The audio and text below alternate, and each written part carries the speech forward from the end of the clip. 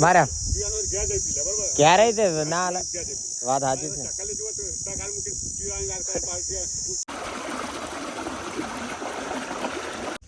જય માતાજી, જય દ્વારકાધીશ. કેમ છો મિત્રો? મજામાં છો ને? આજે વળી પાછા આપણે ગાય ભેંનો વ્લોગ લઈને આવી ગયા. ગાય ભેં હાલ્યા આવે છે ને હું વિપુલભાઈ બે આગળ હાલ્યા જઈએ છીએ. અને ઉનાળાનો માહોલ છે. ક્યાંક બાજરીવાળા કોઈ ખૂંટિયાવાળા એવું મળે અમારે અહીં ભાઈ. પછી કોક આવા ખેતરું પલાવ મારેલા મળે, કંઈ કહી ન શકાય. એ પલાવવાળામાં ઢેફા તો ન ખવડાવવાના હોય, પણ એમ કે પલાવવાળું ખેતર હોય એટલે હોરું નીકળાય નહીં, સમજ્યા? એ પલાવવાળાનું ઇસ્ટામ કેવું જબરું હાલી ગયું. અને અમે હોહાર હાલીને તો આમ પગ લપસીને ફક દઈને શું કે ઉતરી જાય. તો આજે અમે ગાય ભેંવું લઈને પાછા નીકળી જાય છીએ. અને આગળનો વિડીયો તમે જોયો છે, એમાં વાદળ સાંય જેવું થયું હતું. તો ઘણા ખેતરું ખાલી થઈ ગયા હતા. આજ વાદળ સાંય જેવું નહીં, બીજો હા દેખાય ધગ. હા, આંખો આમ બંધ થઈ જાય એવું. અત્યારથી બહુ ગરમીનો માહોલ છે. તો હવે અમે ગાય ભેંવું લઈને જઈએ છીએ. અત્યારે જે પડખે ઊંધિયાવાળું હતું એમાં કાંઈ વધારો નહોતો, પણ તો થોડીક હાંક લે અમે તો બધા. તો હવે આમાં હાંકલી દેવી. આ એક ઊંધિયાવાળું છે. તો જેવી આગળ એક આ ઊંધિયાવાળા માટો મરાઈ અને આગળ એક ખેતર છે ધ્યાનમાં, એમાંથી છે. હાલો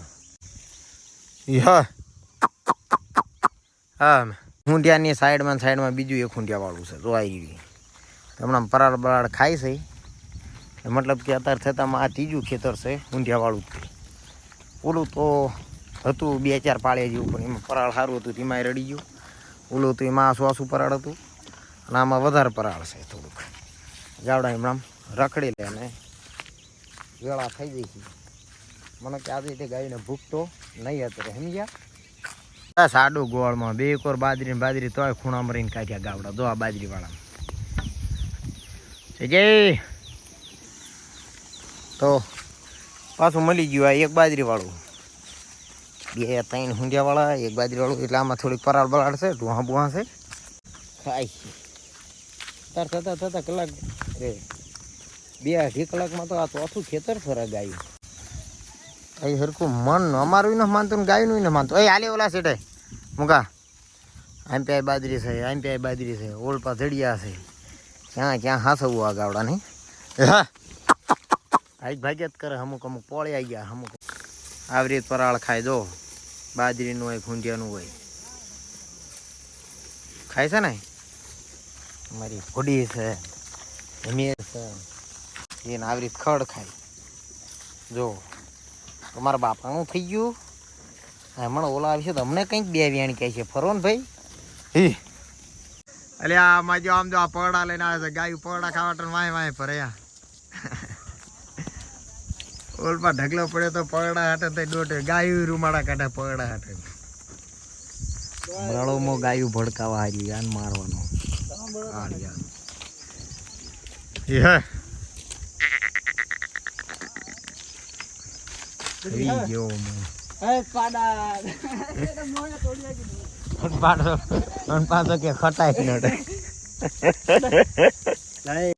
તો પાછા આપણે એ બાજરીવાળામાંથી ને કાઢી અને આમાં આવ્યા હતા તમાકુ વાળું હતું. હમણાં કોઈ આવ્યું નતું એટલે ધરોડી બળોને ધાગા બાગા છે. મેં કીધું હાકલો માર, મોટું બોટું મારીને પછી ઓલા ખેતરમાં જાય.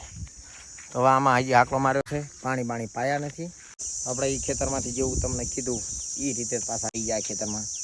તો જો આ ઢોંહા ખાય છે. ગાયું ખાય છે, ખાલી ઊભ્યું છે. અને ગાયું થયું છે હવે તરસી.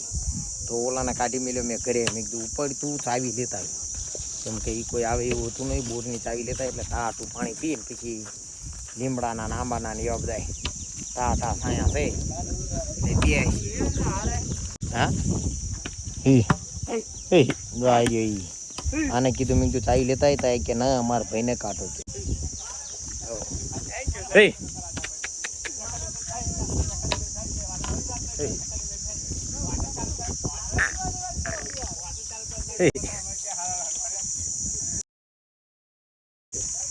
એ જો આ રહી વાત એ મારા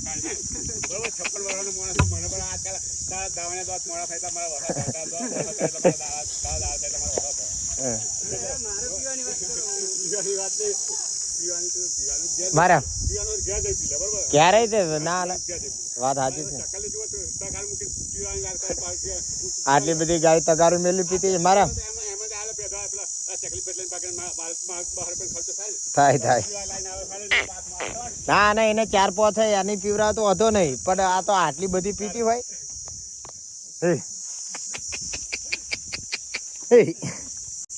આવી બધી હુવાણી થતી રે ભાઈ. હે રે મોજ મસ્તી દાડા કાઢ્યા રાખવી હમણાં. હાલો હવે આગળ પાણીનું પ્રોસેસ તમને બતાવી દઉં. ત્યાં ચાવી લઈને આવે પછી અહીં તો આપણે પાણી પીવરાનું તો અહીં બોર ચાલુ કરી નાખ્યો.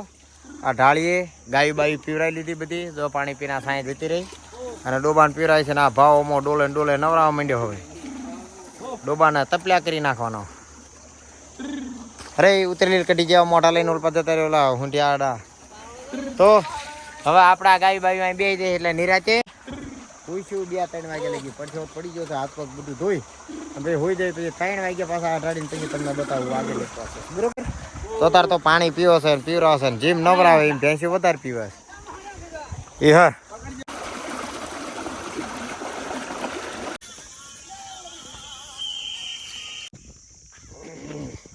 મોટો ધોઈ નથી પાણી છે ને એટલે માવો બાવો ખાઈને ફ્રેશ થઈ જવી. અને ત્યાં બેહાડીને પછી જો આ વાદળ સાયું આવ્યું એટલે તડકાની નથી હળવાની પણ હળી ગયું. અમે રહી ગયા વાહે. તો આવા વાદળા છે દી ઢકાણો છે. તો હવે ઊભા થયા છે જે આના ખેતરમાંથી ડુઆ બુઆ કંઈક ખાઈને આમ આગળ નીકળ્યું છે. તો જઈ બીજું એક ખેતર છે આગળ અને પછી મીઠાને પાણી પીને ઘર ભેગા. 2:30 વાગ્યા છે વહેલી ઊભી થઈ ગયા. અડધો કલાક નકર 3 વાગે આઠે.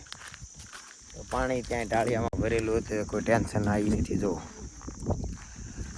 તો હાલો તો આગળ તમને ઓલા ખેતરમાં જઈને પછી બતાવું. તો આપણે પાછા અહીંયાથી ઊભા થઈ અને જે એમાં હાકલ્યા હતા ને એમાં હાકલીને પછી આ એક ખેતર હતું એમાં જે આ રચકા બાજરી નથી ફૂટાડવાની એમાં મિલ્યા. આમાં જે બાજરીવાળું કાલ પૂળા ભેગા કરેલા હતા એમાં પરાળ બરાળ પડ્યું છે અને આ રચકા બાજરી સારવાની છે. તો એમણાં અત્યારે હાંજની મનો કે બપોરની વેળાએ તે આપણે નીકળી જઈ અને આજ બધું વાદળ સાયા જેવું વાદળું આવે તો મજા આવે. પાછું દી દેખાય એટલે તાપ લાગે કંટાળા બળ્યા. તો ગાય હજી હાલી આવે છે અને આની ઉપર હું થઈ ગયો તો ખારો મારવાનો હતો પણ રહી ગયો છું થોડાક ઓલાને લીધે કે હું જ્યાં જવા દઈ નહીં કરીને હું કરી નાખું પાછો. ખારો બહુ થઈ જાવ પાછો. એક જ લાકડી ફણફણાવાનો હતો એટલું મગજ જીતું.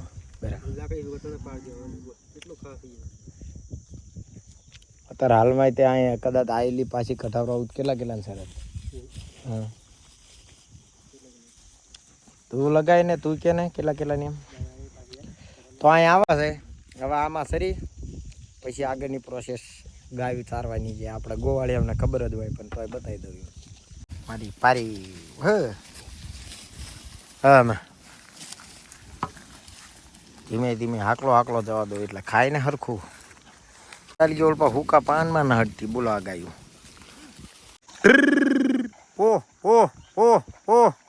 તો આપણે હાંજનું પાણી આવી ગયા છીએ અહીં તલાવડે. હવે પાણી પી અને આગળ પાછા બાજરીવાળો અડધો કલાક આગળ છું એટલે પાણી પીને ઘડીક આડાવડા ફોટ છીએ કંઈક પરાળ બરાળ મોઢામાં લઈશું અને પછી સીધા ઘર ભેગા. હા તે થોડું ઘણું ખાઈને ગાયું રખડી રહી છે અને પાણી પીને પાછી વધારે રખડી રહ્યું એટલે હલતી ન જો ઊભી થઈ જાય. છાયા ભાળી જાય ને પાછી ટાઠા. આપણે ઘરે આવી ગયા છીએ. આ આપણું સાપરું છે. ઓલપા ઓલો ઢગલો છે ગાય બધી પૂરી દીધી. પાંકડિયા બધા અહીંયા અને દૂધણા બધા ઘરે. તો હવે જઈ ઘર ભણે. તો આજનો વ્લોગ આપણો આટલો જ. જય માતાજી, જય દ્વારકાધીશ. મળશું હવે આગળના વ્લોગમાં. ચાલો.